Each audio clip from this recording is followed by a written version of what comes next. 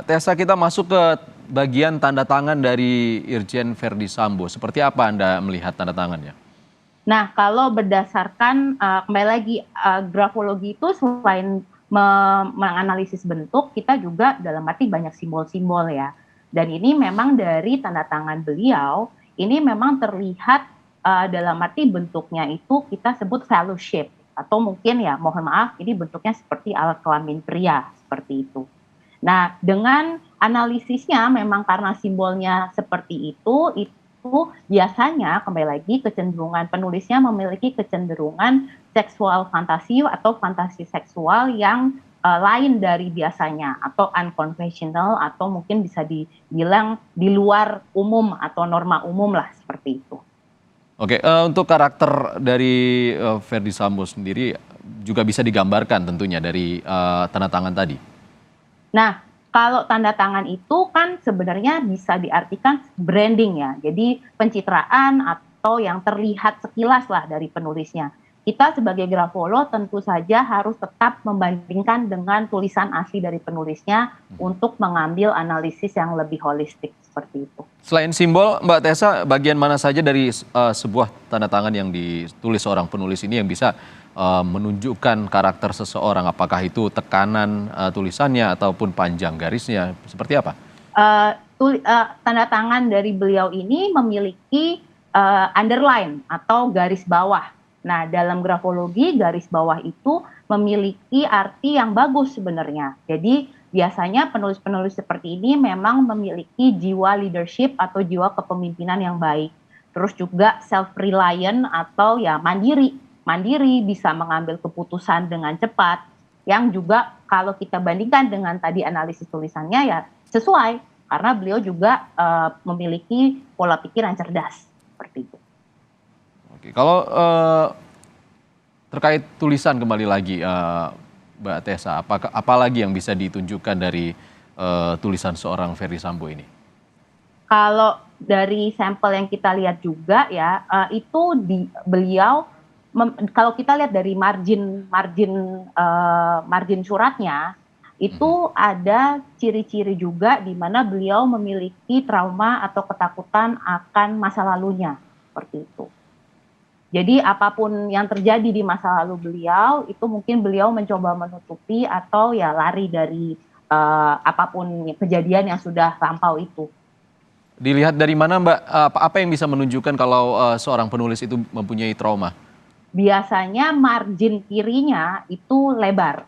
Jadi menjauhi dari margin kiri. Ini kan kalau kita cek dari full fotonya ya yang tersebar di sosial media, itu kan memang margin kirinya itu kelihatan jauh dari batas kertas tepi kiri ya. Nah, itu kelihatan memang lebar sekali. Nah, kembali lagi biasanya tipe-tipe penulis seperti itu memang ada ketakutan akan masa lalunya seperti itu. Oke, lalu terkait dengan trauma itu dari tulisan ini, apakah ditunjukkan juga bagaimana seseorang penulis itu menghadapi traumanya? Bisa juga, kembali lagi kan bagaimana penulisnya mengatasi traumanya, kita cek lagi dengan istilahnya trait-trait lain. Mungkin dari sini beliau kita lihat ada temperamental, ada rasa sensitif, itu mungkin bisa juga menjadi trauma di masa lalu beliau, bisa menjadi salah satu trigger karakteristik kenapa bisa muncul rasa sensitif, kenapa bisa muncul rasa marah, terus juga dalam arti meledak-ledak seperti itu. Dari tulisan ataupun konten yang ditulis oleh Verdi Sambo ini tidak disebutkan ataupun tidak ada permintaan maaf bagi keluarga korban, hanya permintaan maaf bagi institusi Polri. Apakah ini juga bisa dianalisis terkait dengan karakter marah yang tadi Anda sebutkan itu?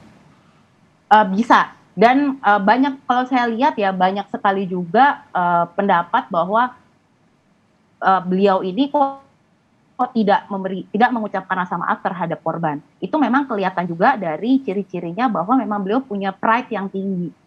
Jadi beliau memang memposisikan dirinya di atas orang lain seperti itu. Jadi bisa dimaklumi kalau akhirnya isi suratnya beliau itu tidak ada permintaan maaf terhadap korban ataupun keluarga korban. Mbak Tessa, Anda banyak menyorot terkait dengan huruf T yang terdapat dalam surat Irjen Verdi Sambo. Apakah ini ada arti khusus? Apakah ada yang ditunjukkan terkait dengan huruf T ini? Huruf T dalam grafologi itu memang banyak sekali informasi yang kita bisa ambil dari penulisnya dari huruf T. Jadi huruf T itu kita bisa cek apakah penulisnya memiliki kepercayaan diri yang tinggi atau dalam arti juga punya drive yang bagus untuk mencapai target-target mereka. Terus juga huruf T itu kita bisa lihat baik dari sisi positif maupun negatifnya ya. Huruf T itu kita bisa cek juga temperamental dari penulisnya ataupun gaya bicara dari penulisnya, karena huruf T itu juga bisa menunjukkan penulisnya itu apakah orang yang sarkas ketika ngomong itu mungkin pedas gitu yang bisa menyakiti perasaan hati orang lain. Baik, Jadi itu tadi memang huruf T banyak. sejumlah analisis dari sudut pandang ilmu grafologi ya Mbak Tessa Sugito. Terima kasih Mbak Tessa Sugito sudah berbagi bersama kami di Kompas Malam terkait dengan tulisan tangan Irjen Verdi Sambo. Terima kasih. Terima kasih.